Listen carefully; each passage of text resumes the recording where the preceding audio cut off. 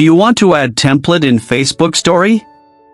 You can use template in Facebook Story with just a few simple steps. Before we begin, please like this video and subscribe to our channel. I've also included some helpful tools and apps in the description, so be sure to check them out. To add a template in a Facebook Story, first, open the Facebook app on your mobile device. Once you're on Facebook, tap on Create Story from the top of your newsfeed. Now, at the top of the screen, you will see different options. Find and select the Templates option. From here, you'll see different template styles like text-based prompts, quotes, or decorative layouts. Select the template you want to use.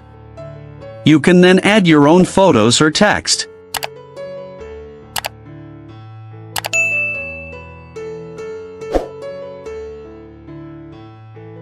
Once added, tap on the tick button.